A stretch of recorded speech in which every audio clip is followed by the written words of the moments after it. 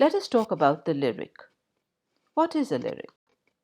A lyric is defined both as a noun and as an adjective.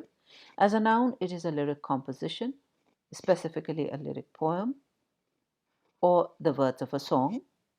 As an adjective, it is uh, something suitable for singing to the lyre or for being set to music and sung, expressing direct, usually intense personal emotion, especially in a manner suggestive of a song. To the ancient Greeks, anything lyrikos was appropriate to the lyre. That elegant stringed instrument was highly regarded by the Greeks and was used to accompany intensely personal poetry that revealed the thoughts and feelings of the poet.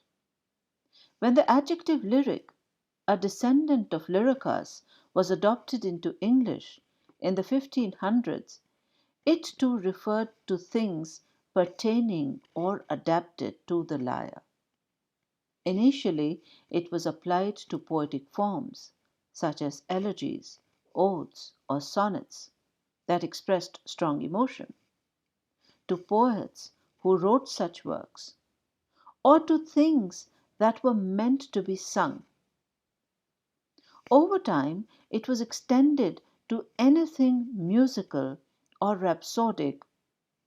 Nowadays, lyric is also used as a noun naming either a type of poem or the words of a song.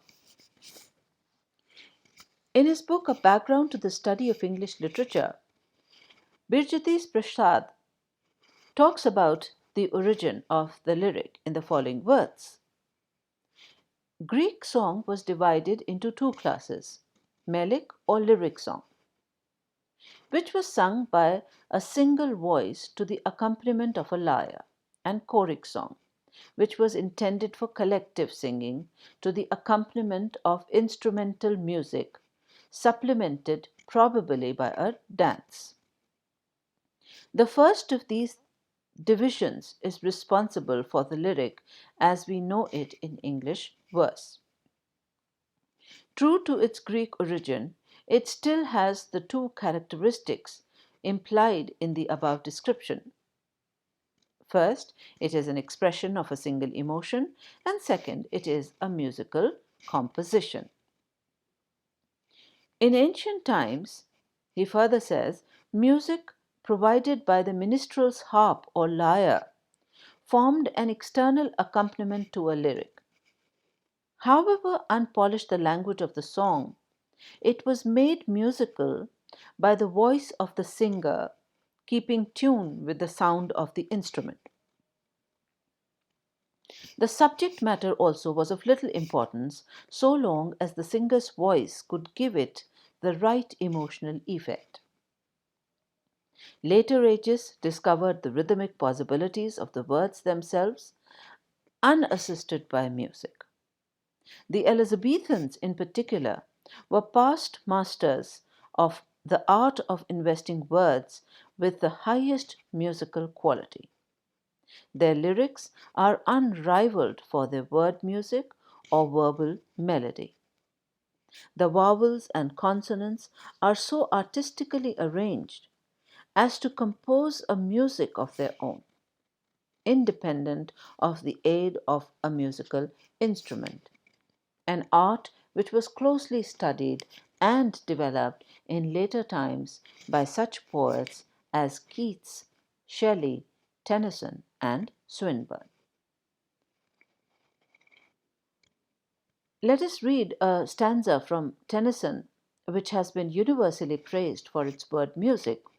Note the alliteration and the artistic arrangement of the consonants.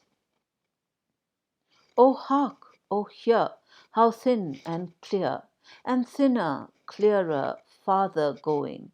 O sweet and far from cliff and scar, the horns of Elfland faintly blowing. There is sufficient music in the words themselves. The lyric has become independent of the lyre. The lyric gives expression, as I've already pointed out, to a single emotion or feeling. It appeals more to the heart than to the intellect. Or to be more precise, its appeal to the intellect is through the heart. Just as the songs we sing are usually not very lengthy, so a lyrical poem, as a rule, quite brief. When he chooses the lyric form, the poet does not intend to make any long flight.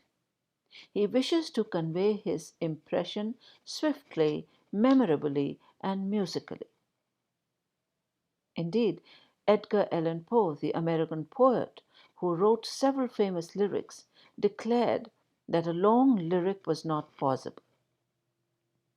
That degree of excitement which would entitle a poem to be so called at all cannot be sustained through a composition of any great length.